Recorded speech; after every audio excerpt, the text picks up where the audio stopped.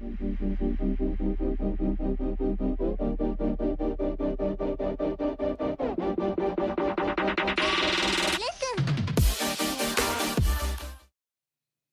and welcome. I'm Justin Jones. This is Pick Bones with Bones and the Boys. I'm joined by Jay Block and Anthony McAvoy. We get ready for our 4th episode of the season, guys.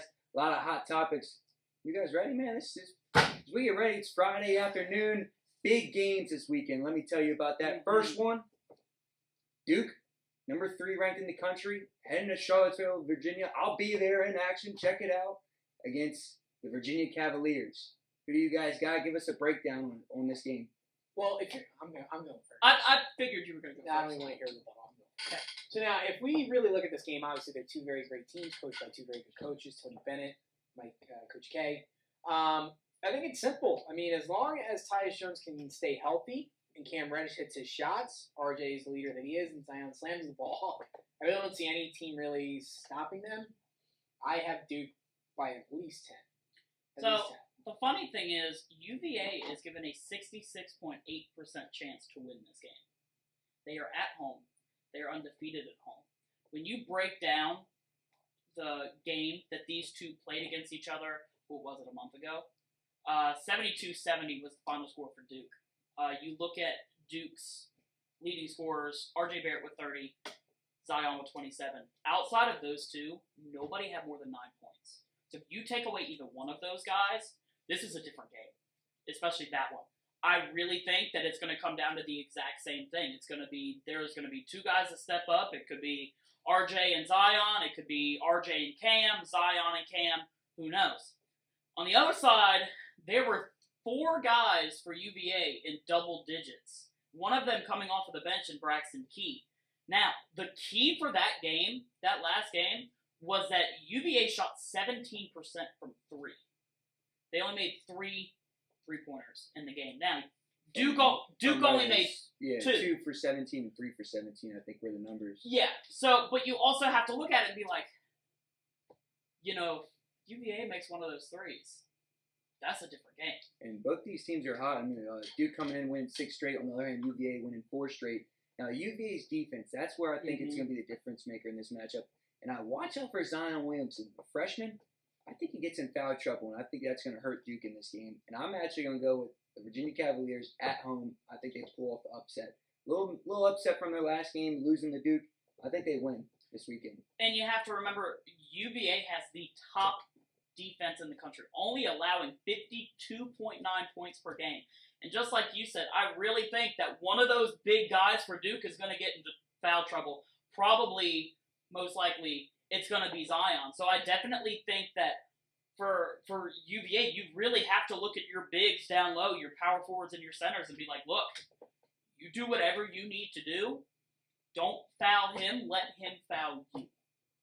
Get him in trouble early, because if you get him to 2 or 3 fouls in the first 10 minutes of the game, it's a different game. It's a different ball game. So I'm going to go with you. I also have UVA by a score of 72-70. And UVA's previous 4 games, they're holding every team has been under 65 points, and they're only allowed 53 points. So I think this Duke offense, they got a little challenge here today. Jay, final take, what you got?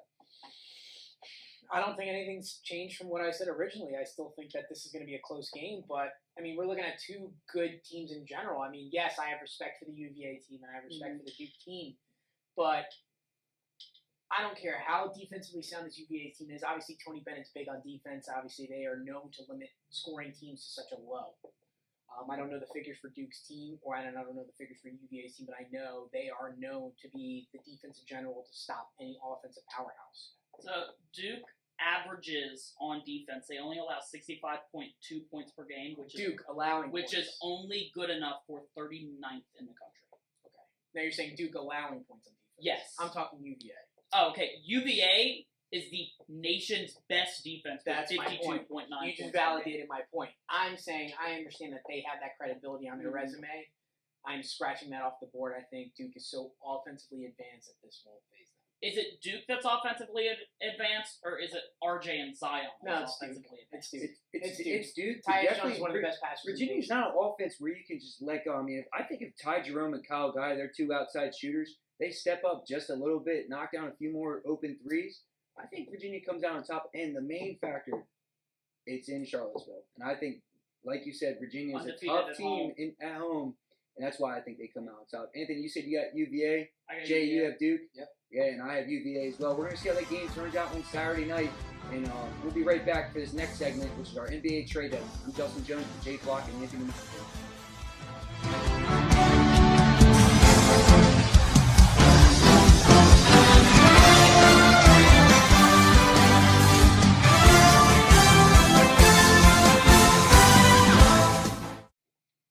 Welcome back to our second segment where we're going to talk about the NBA trade deadline that happened last night. A lot of big trades happened in the past few days, boys. Jay, what was your best trade, do you think, to help a team for the late run of the season, maybe a playoff push? Well, there's a lot of good trades. This was a very interesting trade deadline. I got to go with the Milwaukee Bucks when they picked up Nikola Mirotic. That was a solid pickup. They picked a 4 who plays like a 3, can even shoot like a 2. I mean, this is awesome to help a leader, Giannis, who cannot really shoot. And they also have Chris Middleton, who's an all-around scorer. And they have Malcolm Brogdon. I mean, this is a young team that can really now build something with Coach Budenholzer. This is a team we're seeing that can possibly take over the East in 1 to 2 seasons. And I like that because bringing in Mirotic is actually bringing in a veteran leader. Right. So, and I definitely do like that. I think that my favorite trade came from the 76ers, not Tobias Harris, but getting rid of Markelle Fultz. Definitely one of the biggest things that's hanging over their head right now is, what are you going to do with Markelle? Can he shoot? Can he not? Is he healthy? Is he not? Get that out of here. You get Jonathan Simmons and a few draft picks. You send him to Orlando. And I really like Jonathan Simmons. I think he can play. I think he's going to come in off the bench and make an immediate impact on the team. Now, going off that subject, that to me, Elton Brand sent a lot of trades this season with the Jimmy Butler trade, with Tobias Harris, and now this. I think Elton Brand's trying to win this year. They're saying they're the favorites to win the East now. That's going to be tough trying to go through Toronto and Boston, the same thing. But also, I mean, they're adding – what this trade tells me is they're going after this season. Markelle Fultz, I wish they would have kept him, number 1 overall pick. I wish they would have just kept another 2 years and tried to develop him. Unable to do so they're trying to win now, which is – I understand, but I don't think it's their time to win. I think Golden State's going to run away with that. That's just my opinion. I saw a stat yesterday. You mentioned the Tobias Harris trade. Right now, there are 2 teams in the NBA who have 4 or more players averaging over 15 points a game. Golden State has 4. Now, with the projected starting lineup of the Philadelphia 76ers, they have all 5 players averaging more than 15 points a game. To go off that, now these guys all have to play together. It took Jimmy Butler a little time. We have J.J. Redick, shooting guard that can shoot lights out from the outside. And I love him and that veteran presence he has. But the 76 team, they're going to need to, over the next few weeks, they're going to have to show me that they could play together. And it's going to be a learning process, I feel like. It's definitely going to be a learning process for them, but I really think with how professional they are, they'll get it together. We just have to see. Let the cards fold out. This is exactly what I told a lot of people when the Jimmy Butler trade went down. Just see what happens. It might seem all peachy and it could go downhill, or it could be one of the best things they've ever done for their organization. And Jay, what about the Memphis Grizzlies agreeing to trade Marc Gasol to the Toronto Raptors? What do you think about that? That's a big trade, also in the East as well. Yeah, I mean, both Gasols are great players, Pau and Mark. I'm very surprised that they didn't include Mike Conley in that trade. Yeah. But Gasol going to Toronto, Toronto's building great. I mean, Memphis, I could say you're in the dumps right now, but Toronto's really also building something for the East. Yeah. Now, what about the Lakers? The Lakers, we all thought you guys thought they were going to Anthony Davis. I didn't think they were. I don't like that trade at all. But, Anthony, what did you say about the Lakers? Do you think they have a shot to actually make the playoffs or even make it deep into the playoffs? So, one, it wasn't if nobody's kept up, the reason this trade didn't go through is because the Pelicans wanted picks on top of picks on top of picks on top of picks. That's the only reason this didn't happen. If it wasn't for that, the main person that shouldn't be in LA right now would have been out of LA. Lonzo Ball needs to get out of LA right now. Wait, no. He shouldn't. No, listen. Lonzo should be out right now. And let me tell you why. Okay. You have all these players. Right now, the only guy I don't see making a big contribution, especially outside of LeBron, Lonzo. Lonzo's not a leader. Lonzo can No, shoot. no, We have talked about his broken jump shot for how long? That's enough. That's LeVar enough of came- that. I've had enough of LeVar that. came on That's a show crazy. today and said Lonzo is better than LeBron. That's a different subject, different day. But Jay, go ahead. I'm not siding with that, but I'm definitely not siding with that. You're going to tell me that a guy who averages 9, 5, and 5 at his age at 21 years old, being a passer, rebounder, and a scorer of only 10 points, but still being a young leader for that team when LeBron is not even on the court. You cannot sit there and tell me he does not help that team. He doesn't. No, you cannot sit there and He tell me. doesn't. You cannot sit there and tell me he does not run that Because team. of Lonzo, they are not making the playoffs. Tell me what is so bad about this guy that does not make him efficient for that Lakers team. He's What just is it? not a guy you trust. You said What you is can't, it? you He can't can't shoot. shoot. He can't shoot. You're Look telling at me his jump his jump shot. shot defines Yes. the player that His I'm going to ugly, show you why. disgusting You know jump what? shot. You know what? I'll tell you a reason why he can shoot the ball, and I'll give you a little bit of allegiance because, yes, he is shooting 23% from the three-point line right now, which is garbage. That's fine. But I will tell you that the man can shoot, and I'm going to explain that right now. As a matter of fact, give me 1 second. I'm going to explain that to you right now. Exactly. Jay, what are you No. doing? This is exactly what's going to happen. He wants This is to exactly go what's going to happen right now. He I'm going might. to tell you why Lonzo Ball can shoot the ball. And I know it's so ugly, but I'm going to tell you why it's effective. What are you doing? I need a ball. Someone give me a ball. Someone on set. Ball. Thank you. And come play defense. You were so confident in telling me that Lonzo can't shoot the ball. All right, Justin, have fun up there. I'm going to tell you exactly why. Talk Lonzo about Jay. Jay has some experience with basketball. And Now, I'm Anthony gonna has tell not you played in a exactly while. We don't know why how this is gonna turn out. Lonzo. No. It's too late already. I'm already doing this. I'm going to tell you exactly why Lonzo can shoot the ball. Obviously, we all know Lonzo likes to come in like this. We call that a cross-body shooter. Now, sports science already showed that Lonzo's shot is only a 12/100th of a second slower than Klay Thompson. So if you want to make fun of him, you got to make fun of Klay Thompson. Now, if I'm Lonzo Ball, which I'm absolutely not, he likes to come in and tuck his body and then bring his shot across the body. Now, obviously, we know that's not the key idea of a shot, but it's still effective.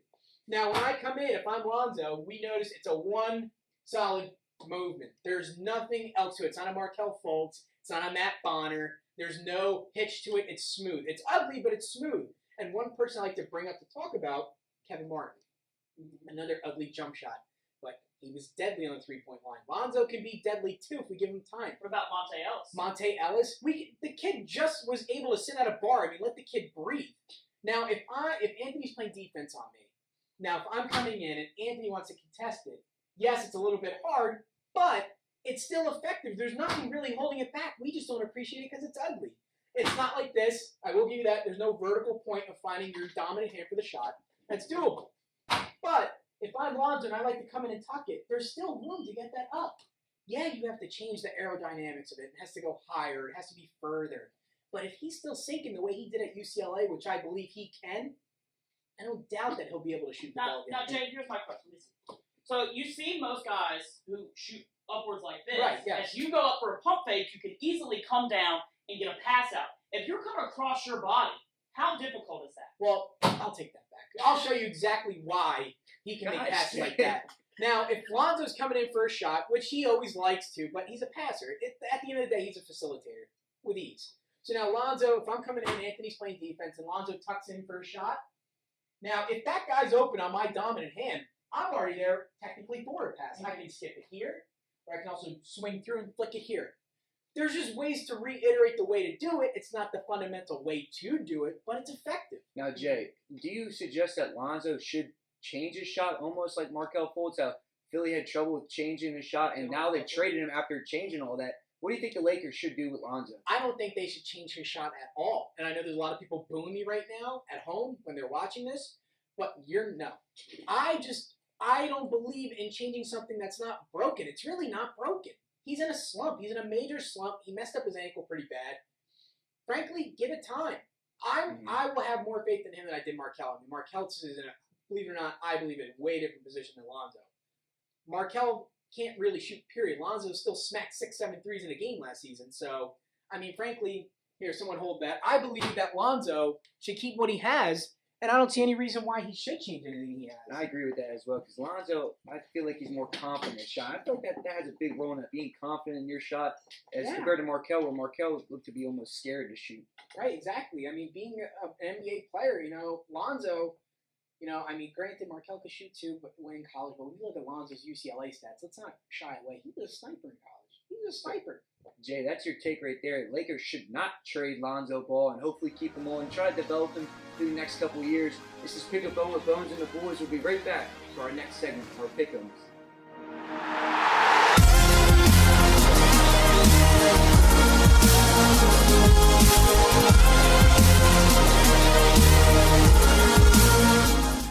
Welcome back to Pick a Bone with Bones and the Boys. I'm Justin Jones, joined by Jay Block and Anthony McAvoy. We're moved on to our Pick 'em segment. Jay, you have the worst record out of all three of us, including the director upstairs. You can start us off. Thank you.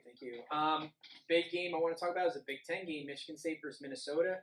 Michigan State lost 3 in a row already. I have Michigan State winning this, even though they're home playing Minnesota. Minnesota actually isn't playing so bad. I think Cassius Winston's going to step up to the plate, averaging 18 and 7, shooting 45% from the arc.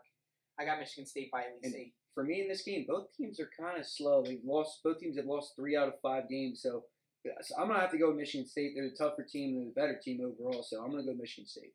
My thing is, I sit here and I'm like, can a Tom Izzo team lose 4 straight games? No, they can't. Michigan State.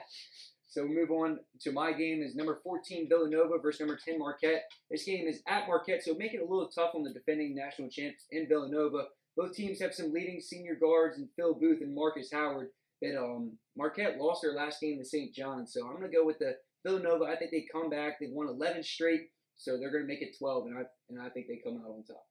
I like Nova as well. I think this Joe Cremo kid can play.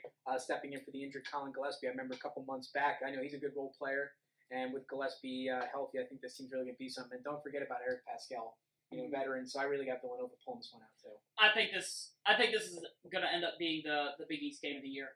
2 really good teams right now in the heat of the season, about to go into the Big East tournament. I'm actually going to differ from you guys. I got Marquette. I really like Marcus Howard a lot. I think that. You remember the last time you went against us?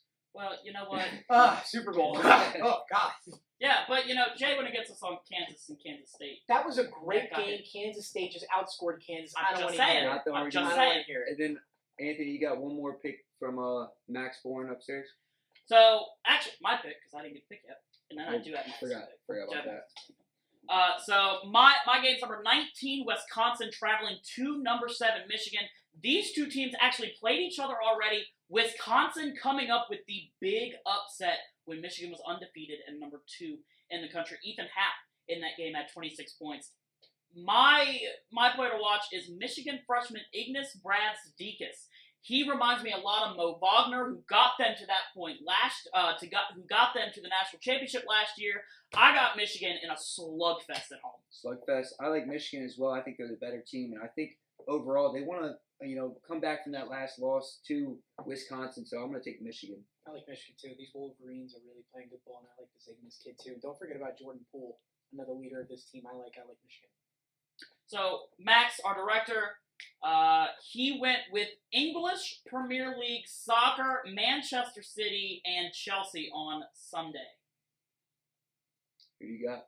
Or who does Max have, I should ask? That's a good question. I think Max, what's the live? It looks like Manchester City from the box upstairs. He's got Chelsea. He's got Chelsea. Never mind. He's got Chelsea going 2-1 as a final score. So Chelsea 2-1 final score for him. You know what? That sounds good enough for me. I got Chelsea 2-1. Chelsea and not Chester. I had Manchester City winning their. They've won their past couple in a row, and they're a really hot team compared to Chelsea, who's lost a couple. So I'm gonna go Man City. I'm going with the director. I'm not familiar much with soccer, but I am gonna say I like this Chelsea team. I like the name, so I like Chelsea. Jay, you're the ladies' man, so definitely. I try to be. That's all the time we have today. And we'll pick a bone with Bones and the Boys, joined by Jay Block and Anthony McAvoy. I'm Justin Jones. We'll see you next time.